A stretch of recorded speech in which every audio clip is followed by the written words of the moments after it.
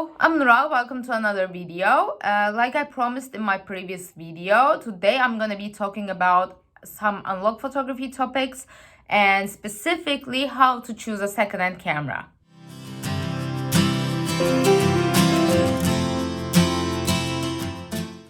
If you watched my previous video, in that one I promised that I would be talking about how to select the second-hand camera. So this is that. And I currently have two second-hand cameras. One of them is my Leica M4P that I'm sure you've seen in other videos because I use it a lot and I use it in my videos too when I'm showing stuff. And the second one is the Zorky, which is a Russian camera from 1950s. It was produced by the Fat Factory and it is sort of like a copy of the Leicas, the German ones. So today I'm going to be explaining everything through this one. And if you type how to select a second-hand camera and hit enter, a lot of information comes up. So you see different like articles, blog posts, videos, photos, a lot of stuff. And most of them say that you need to check the camera body and the technical details first. But for me, I personally suggest that the first priority should be what you want.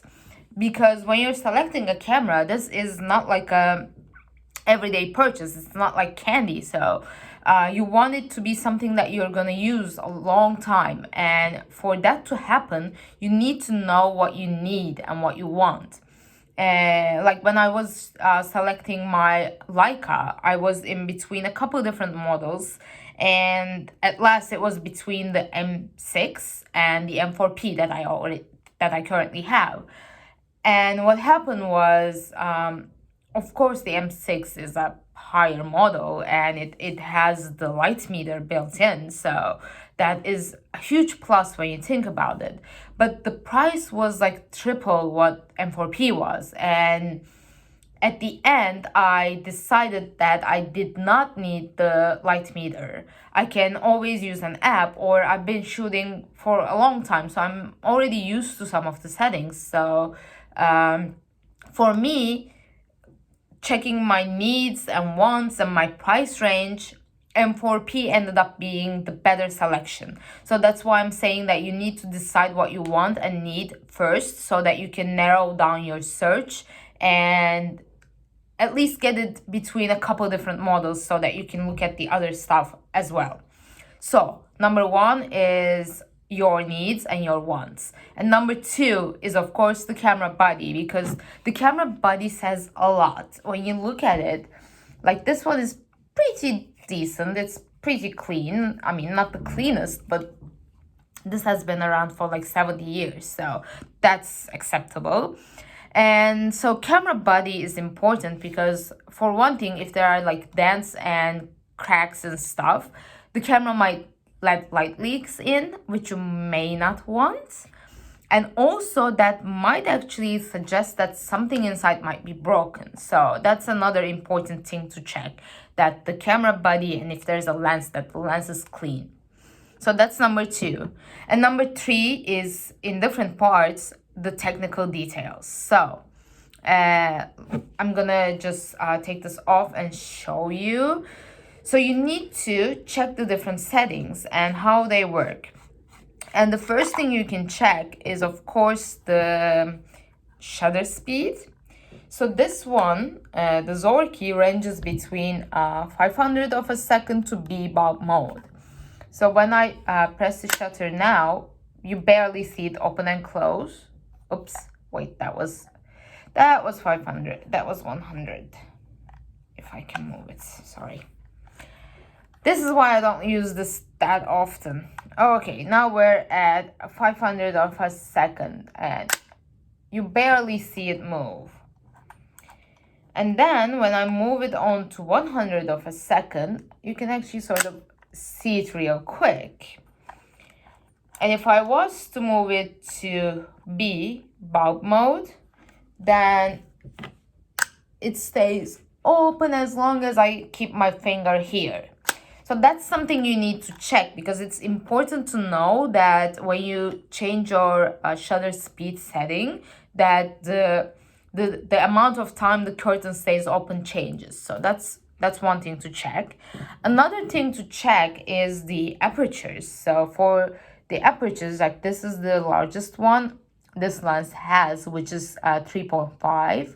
And when I move it, it gradually closes until we reach 16. So it ranges between f3.5 to 16, and the blades in there go very smoothly and nothing seems to be broken, and it shifts nice and smooth. So that's another thing to check, because if that part doesn't work, you're not going to be able to shoot with different apertures, and that's also an important thing.